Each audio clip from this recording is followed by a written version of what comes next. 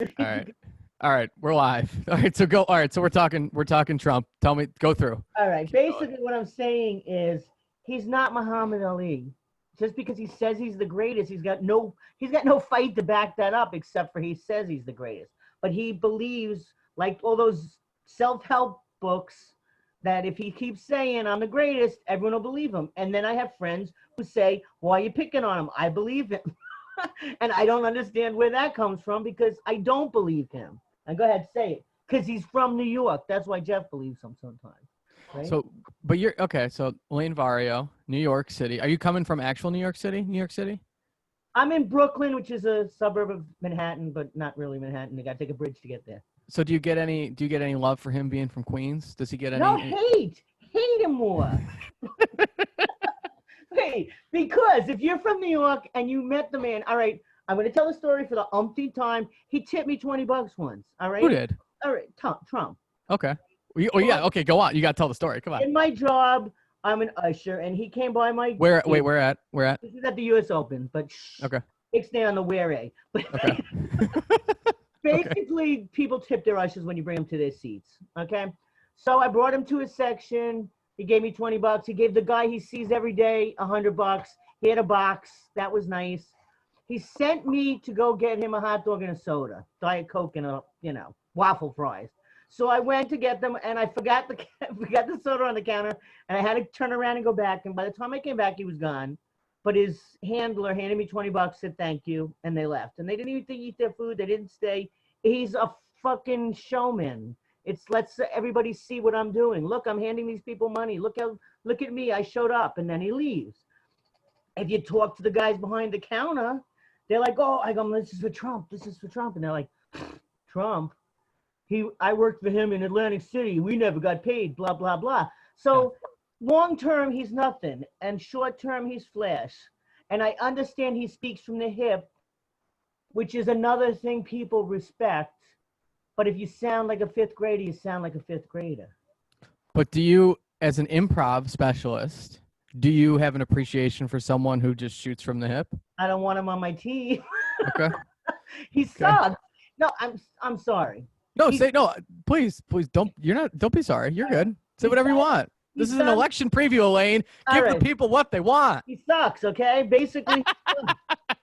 All right? You're voting for a 5-year-old. You want a 5-year-old with a finger on the button? I don't. Do I like Biden? Not really. I would like to have voted green. I'm in New York. I could probably vote green because that's the platform I was on board for. All right? I was on board for the environment, helping kids pay their school bills, making sure everybody gets Medicare for all. I was on board for that shit. Not, oh, we might help you a little bit and we care, but I was just reading about Reagan turning everybody's taxes from the rich people who were paying 70% down to 28 and then raising our taxes. We've been screwed by the people in charge. And I don't want to sound like a conspiracy theorist, but we have been. So everybody got to wake up and say, that's why everybody's embarrassing their friends and yelling at their friends to vote because they're hoping they're as awoken as they are, all right? And if you're going to vote Trump, then I hope you can't get to the polls. I hope that a non-lethal accident ensues you like your tires are flat. And it's because there's not enough air. It's not because you went around slashing them. Exactly. I would never slash tires. I would let the air out if I knew someone was going to vote. No, it's just he's from New York, and I understand all that. But his father was KKK. All right, it's a known fact. All right, it's a known fact he messed up Coney Island, or his grandfather messed up Coney Island. Really? I've never heard the story. Oh no, so the apple doesn't fall far from the tree. In other words, you or I might have been brought up in a nice, loving home, and we weren't told people were horrible that didn't look like us.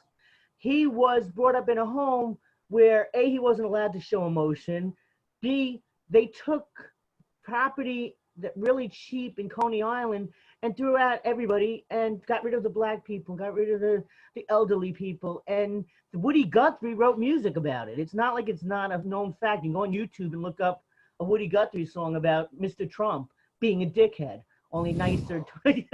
All right. Woody Guthrie? Okay.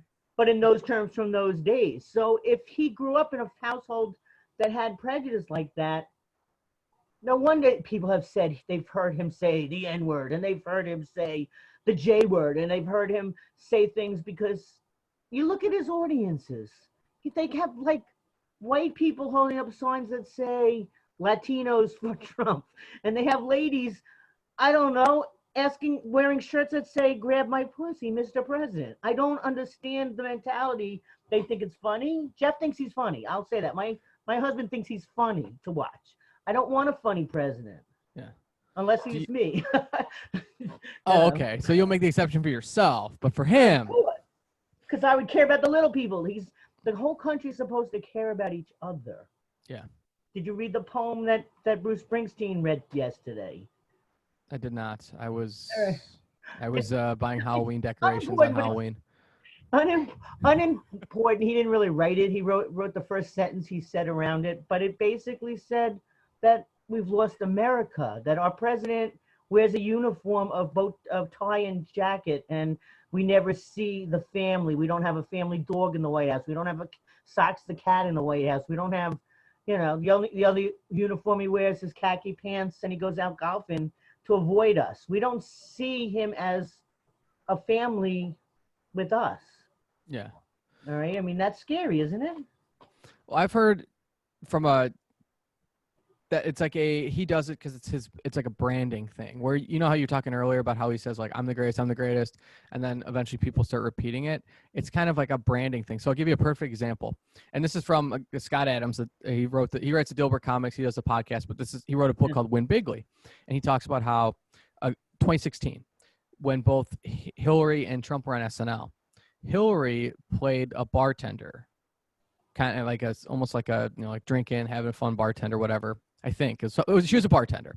Trump played Trump, and he literally had them set up a White House in SNL, and then he like stood behind as the president. So from a visual persuasion perspective, he got people to start seeing him as the president before he did it, whereas Hillary went a different route. So I think a lot of times with him, like you pointed out, he's always in the suit, or he's in the khakis and the polo. I think that's probably, again, no one can read a mind, but it seems like it's a distinct choice that he continues to make. But I think there is some sort of you don't have didn't the Obamas have a dog? Yeah, dog or cat. Yeah. Everyone's always had a pet. Anybody who doesn't have an animal, I don't trust to begin with, personally. Well, that's, yeah, okay. Right? I can see that. You're doing improv at night. Do you ever see how many people have cats walking behind them or dogs walking? People who have souls have pets, okay? And if you're allergic, you have a fish. All right, a turtle, a freaking snake. You could have Show me a reptile. Yeah, you don't have a reptile. You have no soul. Turtle, a something that saves something crossing the road. I don't know what it is. All right, but he doesn't have any of those things. All right, so I think he doesn't really care about anything but himself and power, and that must be a real, intoxicating thing to be like. He doesn't want to give it up. But I thought he did this on a whim. If you ever listen to Howard Stern, he did this on a whim. He didn't think he was going to win. He thought he was going to get a raise on TV, and he said, "Yeah, I run for president," and he ended up snowballing downhill to become president. And I don't think he has the people's best interests. So why is anybody voting for him? Why are there trucks pushing his?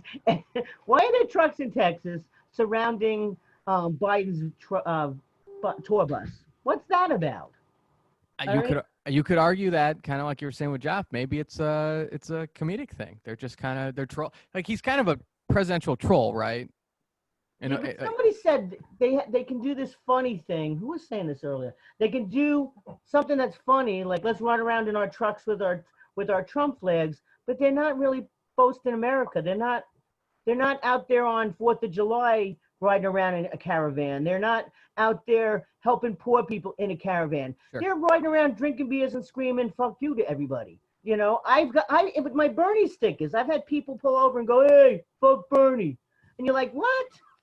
What? This is you get heat for Bernie?" Yeah, I'm like, "Can I have my opinion?" Yeah, Trumpers don't like Bernie. Oh, you communist! Go look it up. It's socialism. It's totally different. They're screaming at me. I think he was robbed, and I know that that's a conspiracy theory, but he had 26,000 people in Queens meeting in the park. So where did all those people go? They told him, oh, no, Biden all of a sudden came from the back. He won the 2 states that should have made him a shoo-in, and all of a sudden the next week Obama is in talking to everybody, and all of a sudden he's not the person anymore. So I still go with the heart of Bernie. I think he's still trying to fix things from the inside. Not that he became president, I would be scared for his life. Bernie? We're fighting because we're fighting big money right now. Sure. All right, big money will kill you in a second, and they won't think twice about it. Yep. I mean, they're killing thousands of people with their oil, their pipelines, and everything else. Why would they care if one person stands in their way? Actually, sure. Okay, we'll go conspiracy even deeper. Let's keep going. Yeah, let's go as deep as we can. Let's do it. Right before JFK gave a speech for Medicare for All 2 weeks before he was murdered. Wow. I mean, I played it on the internet because people don't believe it. There was a Bush-Reagan debate, was it, that I put up? What's a Bush?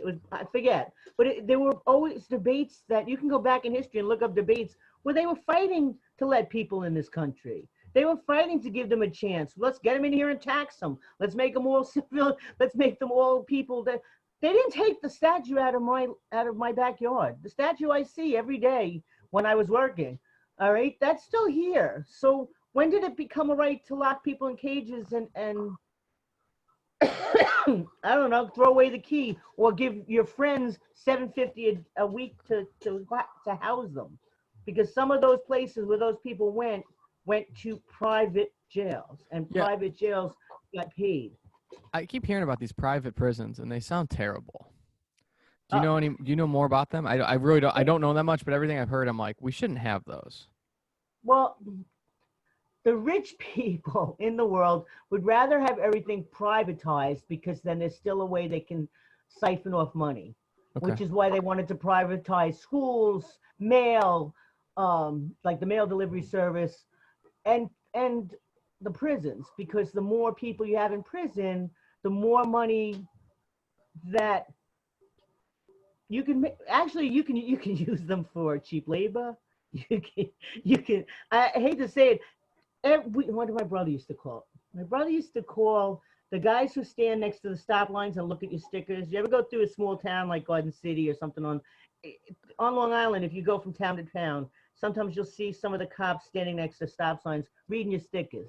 Yeah. All right. Is your car good? Are you registered? But those are just ways for them to make money.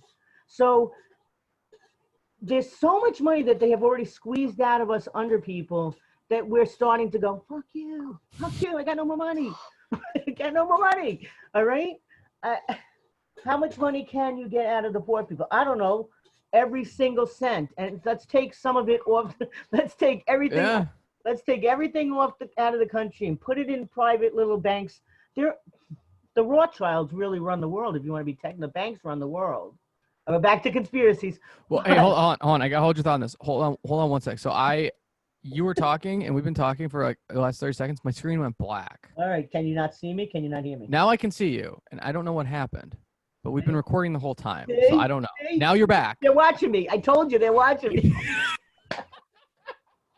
I think you're right. The minute you start talking conspiracy theories, my screen literally went black. As soon as I said the Rothschilds were dead. Pretty much, yeah. Like my computer was about to go dead. All right, so the Rothschilds around the world. Talk me through this. I don't know. They've had banks since the beginning of time, and I think they have banks in all but 3 countries. And I think those 3 countries we're on the outs with. I think it's North Korea, China, and Venezuela. It might be the three countries that we're like, not okay with. Not okay with. So I just assume they told our government who to go after. That's what I assume. But I'm really deep state. You have to realize we had the Zabruta film at my house when I was 15. My brother was very into conspiracies and not trusting the government way back in the day. So we had a newspaper delivered to my house called Hipster Times, which was the Overflow magazine, which Abby Hoffman and crew had put out. So what times? It's called the Overthrow magazines or Hipster Times. The Hipster Times. the yippies used to pry people back in the 60s. Like if they didn't like a government official, they would hit them with a pry. So There we go. my brother did it to somebody, but I won't tell you who because he could still be. No, I think he's. Wait, what? Wait, what happened? My younger brother hit his boss with a pry when we were like 15. Oh, that's just fun. Hey, is this? I'm gonna show you. I'm gonna share my screen. Is this it? The Hipster Times Campus Underground. I don't know. Is it? Does it? Yeah, it could be. If it's. It says Nixon goes to pot. That's probably it. Hipster Times Overflow magazine. Look at this. Oh, that's fantastic. Now I'm gonna have to read this. Hey, I found. We had that delivered to my house back in the day. See, there's Woody Guthrie talking. Yeah. I'm telling you. There you go. Singing about Fred Trump. That's a crazy looking picture of Fred Trump. Oh, he looks like a madman. I don't think I would want to grow up. No wonder. See, I kind of feel sorry for Trump in a little way. No wonder he turned out this way. Because he came from a crazy household to begin with. But people like that don't know what yours, maybe not yours, but what my kind of life is, what a regular, working class stiff household is like. They don't, at least Bernie came out and said, hey, give everybody $600 a week. That's enough for them to get ahead a little bit and survive. And we were doing fine with that. And then Mitch McConnell, who makes $6,000 a week, mind you, said, nope. There's a beautiful video of a lady explaining what being poor in America is now. And she's explaining that she went to college and she works 2 jobs and she has teenage kids and they went to work. But as soon as they went to work, she lost her medical. As soon as they went to work, she lost her food stamps. She was hanging on by her nails and trying to explain to people that poverty is not the gauges our government has for poverty are no longer valid because jobs and payment should be at $32 an hour or something. If we had grown at the same rate as everything else had grown, all the bills, all the food, as everything else expanded, if we had kept up with that with our wages would be like $32 an hour or $22 minimum wage or something like that. So even 15 isn't really enough to survive. And it's not enough. Where are you, in Chicago? I am now outside of Chicago, but I used to be in Chicago where everything was outrageously expensive. There's a lot there. I have a friend who is Republican, and I did a podcast with him. I haven't put it out yet just because that's a whole other subject, but he talks about how some of these industries, like for example, the AMA, the American Medical Association, because they are these licensing agencies, a lot of times they're one of the bottlenecks. And one of the reasons that wages have issues is because some of these licensing requirements are so stringent that we should have more people in the medical field. We should have more people in a lot of fields, but because of how they're controlled and all the dues and all the fees. Yeah, please, that's legalese. That's the people that make those bottlenecks are usually lawyers, corporate lawyers or lawyers that write those contracts or whatever. Right now, the problems in the medical field is Medicaid for All. They proved it would save us all this money. The Koch brothers, evil Koch brothers, did a study out of Harvard, and they shut their mouths as soon as it came back because it proved that it would save us millions and millions of dollars. But, all right, I watched a show at 2 a.m, and it was just like on a whim on one of those government channels where they show you, a committee meeting. Like history, was it like history? No, History Channel is pretty good. They got some great conspiracy stuff on there. This was live. This was showing some guys in Washington. C-SPAN? Probably. It was. You're watching C-SPAN at 2 a.m? I was. You were the only one. You know that, right? You were the only person watching C-SPAN. That's why I keep telling the story. Okay, that's why I keep telling the story. Listen. It's important. They had the medical companies, the drug companies, sitting next to the insurance companies at a table discussing how much insulin costs.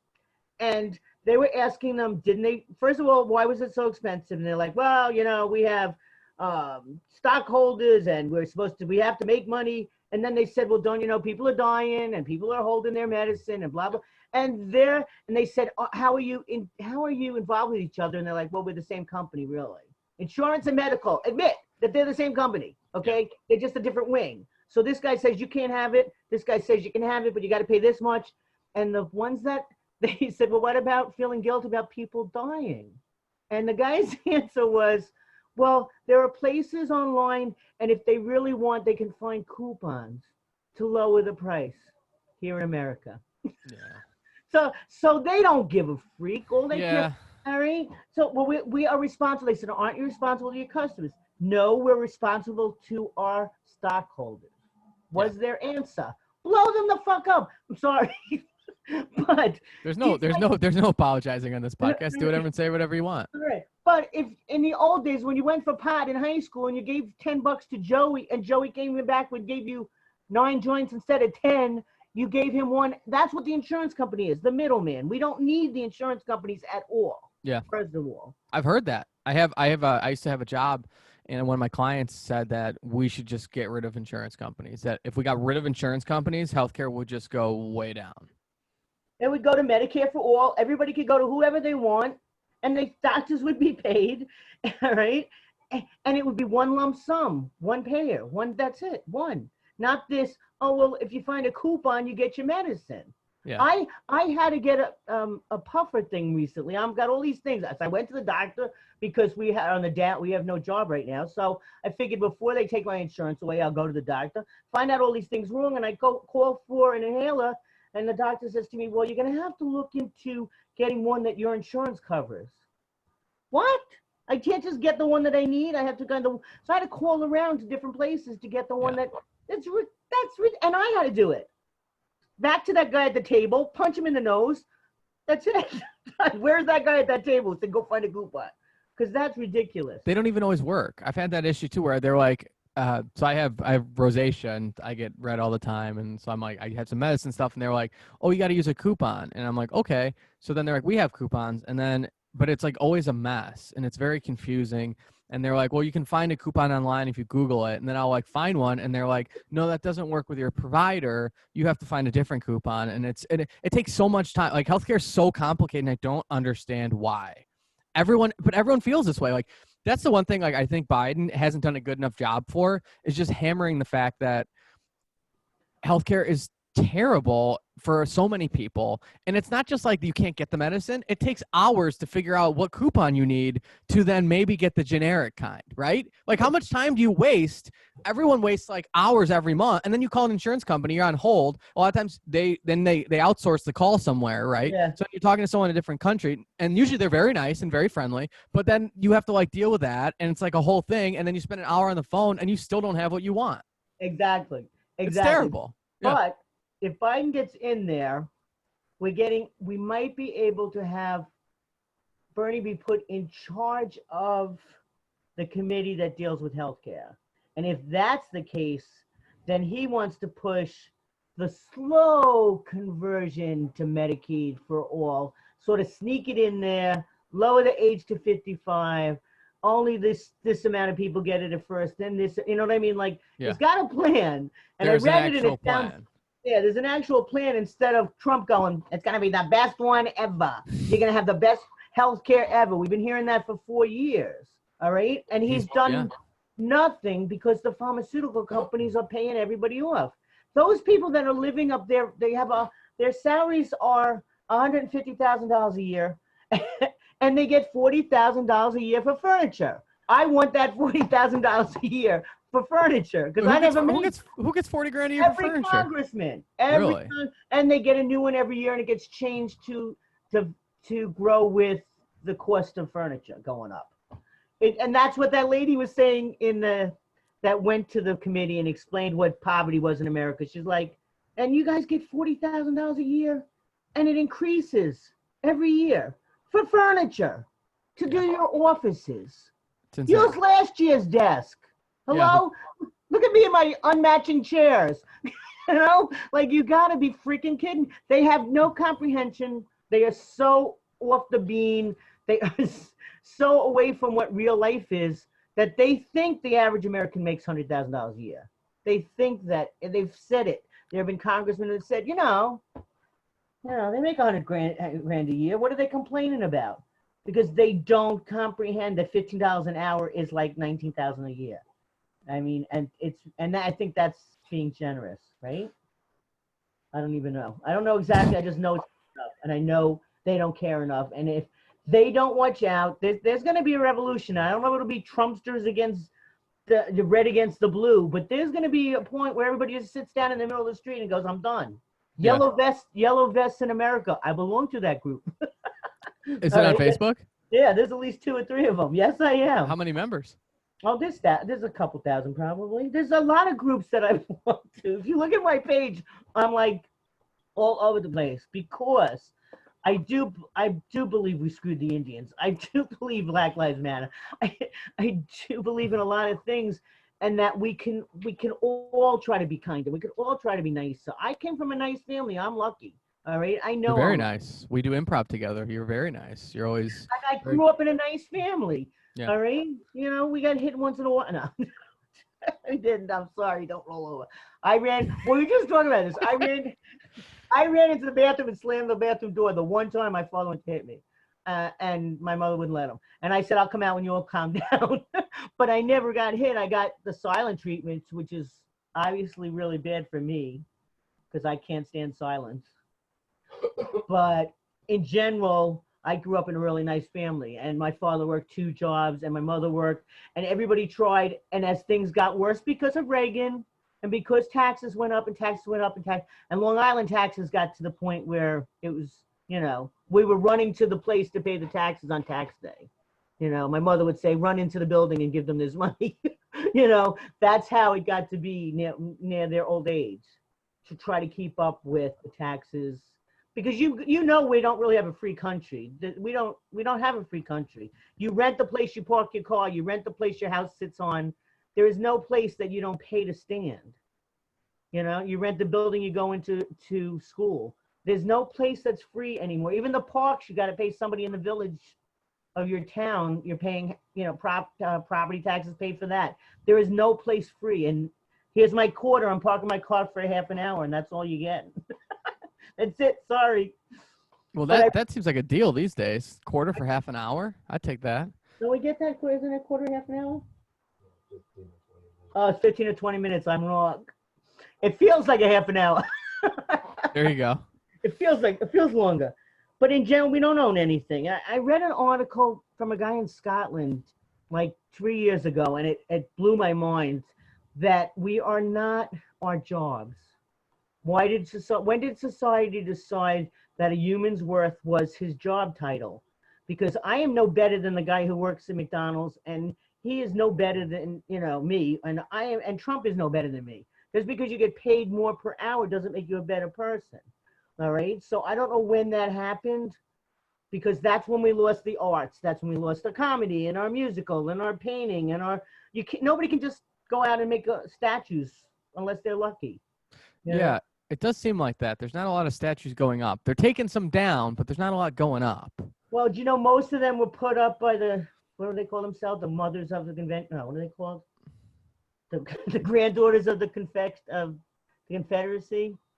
Which, if you look at them, they rewrote the history books to make slavery look not so bad, and to make the generals look not so horrible. If you see the way they rewrote, like they made the Indians bring us dinner for Thanksgiving. They kind of took over. Hey, everything's happy in America. They kind of whitewashed our history. So luckily, the internet does give you a lot of different points of view. The thing I hate is people throwing links at you as gospel, or YouTube. My brother calls it YouTube history. YouTube tutorials as being the know-all or tell-all. People aren't taught to think for themselves anymore. Yeah. All right. I mean, yeah, for sure. One of my father's key phrases was never listen to anybody, make your own rules, make your own logic, or listen to your logic. Don't be a follower. Think for yourself.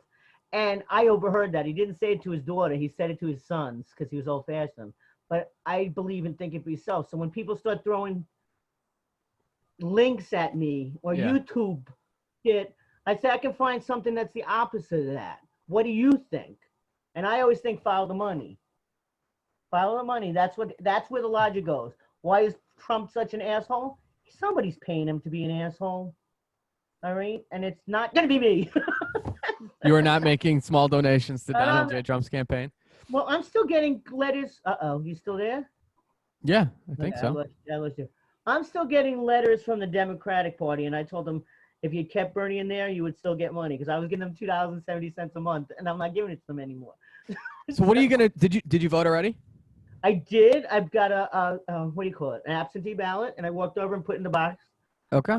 So I voted everybody down. I voted everybody I could who was on the Green Party in the Green Party, who anybody who was in the Workers' Party in the Workers' Party, if they were in both. Like even though they're a Democrat, they were in the Workers' Party on the list. okay. So I picked the Worker Party. Fuck you, Democratic Party. I voted down the line mostly, but people would say blue. Was I happy about it? No, I voted green last time. Why does anybody think that I would ever vote for anybody just because they're gonna win? I'm not a front runner. Wouldn't be a Jet. You wouldn't be a Bears fan. The people my brother calls them front runners, the people that pick the team that's gonna win so they can say I knew they were gonna win. Yeah. All right, you're not. Well, I mean, you're a Giants fan, and I know there's a Jets fan over there, so clearly you're not front runners. But you know what I'm saying? That's what people sure. are with this election. Some people are like, Trump's going to win, so I'm going to vote for him. You don't vote for somebody because they're going to win. You vote for somebody because they match your ideals, or in this case, a lot of it's because they don't. I'm voting against Trump. Yes, I am. Sorry, I'm voting against Trump. But I voted Carter when he wasn't popular. I like people. I've been voting since I was 18. Do you think anybody I voted for ever got in? Maybe once, maybe. I'm not worried about that. I vote my conscience. My father was the first one in his family born in this country, and it was very important to him to vote. So I take it really seriously, and I know that I'm making jokes about it, but I really am a little scared this time that we could end up in those fucking cages. No. So let's go through some scenarios. Let's say you could avoid Trump winning. Would you rather live in a immigration cage for a year, but Trump loses the election? Oh, would I do that? But you don't have internet, by the way. There's no internet. All you have to live in the cage. Can I have crayons and some paper? Maybe. I don't know what they have there. I don't know what they got. To keep Trump out, but if you put Bernie in, I'd do it. If you put Bernie. So this is Biden. If you live in a cage for a year, Joe Biden becomes the president. That's a hard one because it hurts me to even vote for him. I really would rather have voted Green. I really liked Howie. Howie Hawkinson, I think. Yeah, right. I was really for Howie because he was everything in the platform he's voting for was what I thought was right. A lot of these people that are voting Trump came up with parents that were Archie Bunker-esque, as far as I can tell. Like they're afraid of communism. They're afraid of socialism is exactly like communism. They're going to take everything away, and they think they're going to be taxed more. Well, no matter who gets in, they always raise taxes. So I don't understand why they would even consider that as anything. But they're very, what's that what's the term? Cognitive dissociative. Cognitive dissonance. Yeah, you can't even argue with them. You can't, Sure. So the only way they're gonna not vote Trump is if I push the environment, because him cutting up our parks, him cutting the EPA, him cutting the CDC, him not caring about people or the planet are the things I push. Like, how do you vote for a guy who doesn't care about those things? I don't care anything else. I don't care if you don't like immigrants. I don't care if any of that other stuff, except for I believe in the Statue of Liberty. I come from an immigrant family, and I ask the natives every day, can I stay? Shit. They're the ones we should be asking. All right? That's off on a tangent. Well, this is a podcast. The whole point is having interesting tangents. That's no one wants us to sit around and just like go back and forth on basic boring questions. We all listen to podcasts occasionally. The most interesting ones are when you actually talk about interesting stuff. It's like right? Like, when you're working your usher job and you'd have someone goes, "How's your day?" "Good." And the other person goes, "How's your day?" "Good." That's not what you really wanted to say, was it? Actually, and you probably didn't. You probably would say, "I'm having a great day," or what, today sucks. I'm dancing now. Don't tell anybody. Yeah, exactly. And they probably stare at you because they're just like, "Oh my gosh, someone actually told me how they really felt. They didn't just give me the generic, 'I'm fine.'"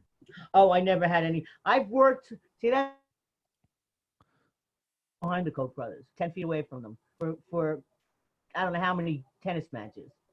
They're not that nice. They're not. Their handlers are nice. They bought me lunch because I bitched that they didn't tip me. The Koch brothers didn't tip you? They don't tip. No, they don't. Well, you No, know they, the screen's about to go black again. you know what? They have a picture of me too. I'm screwed because I took a picture with the guy with the handlers, and I said, "Oh no, now they have a picture of me." They're just putting that up But against the wall. They're like, if there's a revolution, find her.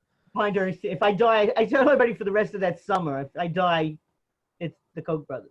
Um, but there are a few nice ones here and there. I'm always surprised by the nice ones that aren't in a cocoon. The problem is rich people are in a cocoon. They don't realize. So I've worked with really rich people and I've worked with really poor people. I've seen soldiers come in with limbs off that sat in my section that, for boxing matches or something. I've made friends with every kind of person from all over the world, and I'm not so far off. Who's more fun? I'm not so far off. I think everybody deep down, if you're nice to them, will be nice back. What the fuck? Be nice back, damn it. Be nice, America. Be nice. Be nice to one another. Like people will say, oh, you want to give away everything? I've always had someone live in my house that didn't have a house. I've always taken care of, my mother always had someone living in her house. It's a family tradition to always have somebody who's less fortunate, stay at my house or get a meal. And my father used to feed the whole neighborhood.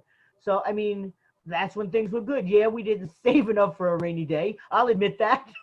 But I could be dead tomorrow is always my idea. Probably by the Koch brothers. But yeah, exactly. I mean, after this podcast, you should probably go in hiding. We're gonna. Well, go ahead. Sorry. We have a lot to explore here, but I definitely.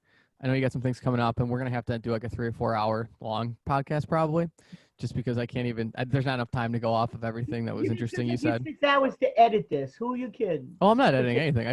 I'm so lazy. I'm a comedian. I put it right up. I'm like, no, this is great.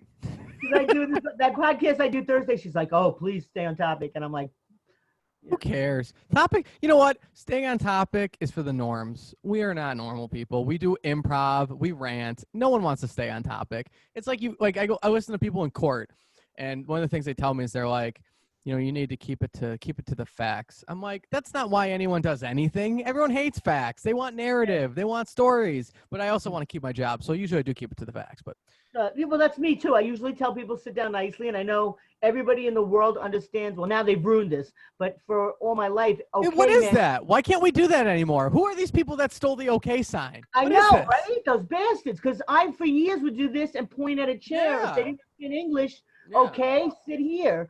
And now this means white supremacy or something, or why? Hey, here's my question: why can't we tell those white supremacist people to shove it because we want the okay sign back? Take our okay back? Yeah, take our okay back. Well, okay. Would you vote for a candidate if they said Medicare for all and you get the okay sign back? Of course. I think that's a winner. That's a winning. Isn't that a winning platform? The okay sign back and Medicare for all. And Woody Johnson has to sell the Jets.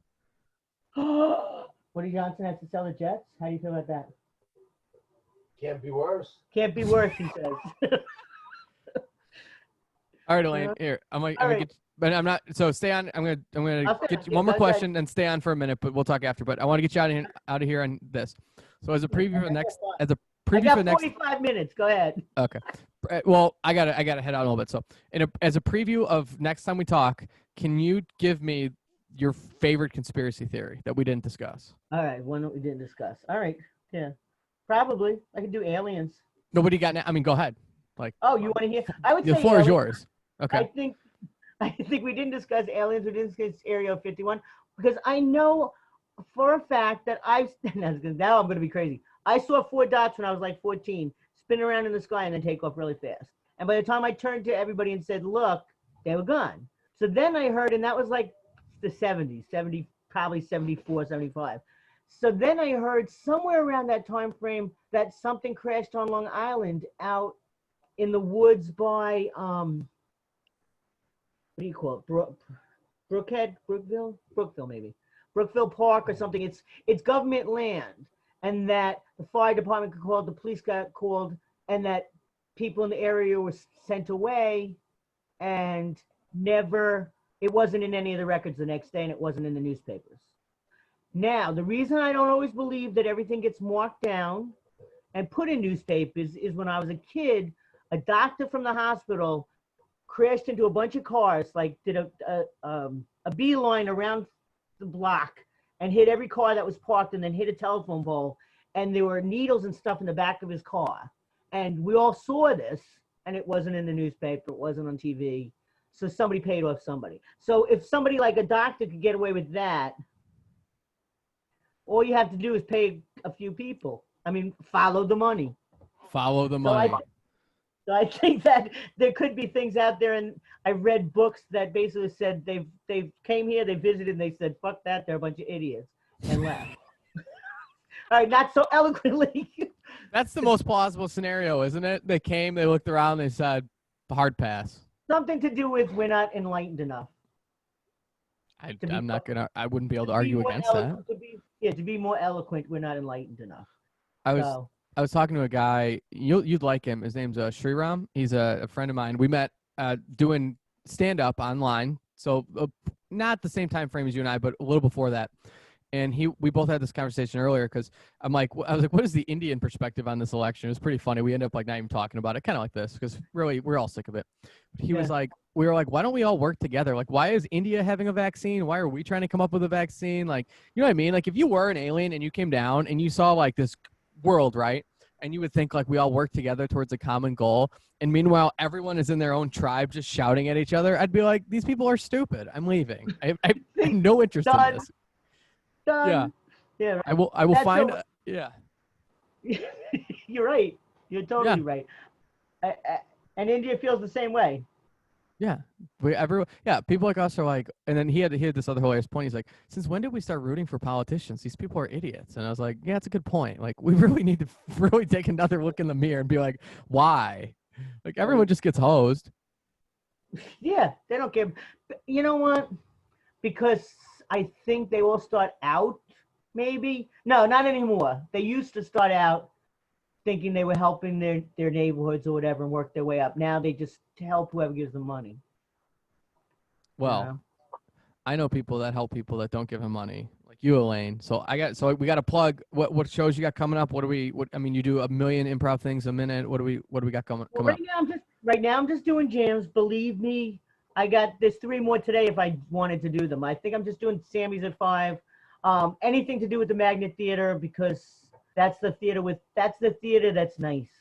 Out of all of them, they give classes that are pay as you go or pay what you can. They give electives you can afford. That's where Ross came out of. So it's just a nicer vibe. You know what I mean? But I'm going to do stand-up and stuff in the future. Right now, I'm just working my way up. I'm just filling my bags full of tricks. That's what I'm doing. Well, you got a lot of tricks up your sleeve, Elaine. You are absolutely fantastic. Thank you for your time. All right. Thank you. And listen tomorrow when Eric says, sorry. I mean, that's essentially all that's a better exit than I had. I don't. What's your exit? No, that's it. That's it. Show's over. Show's over. Everyone goes home. Eric says, it's over, damn it.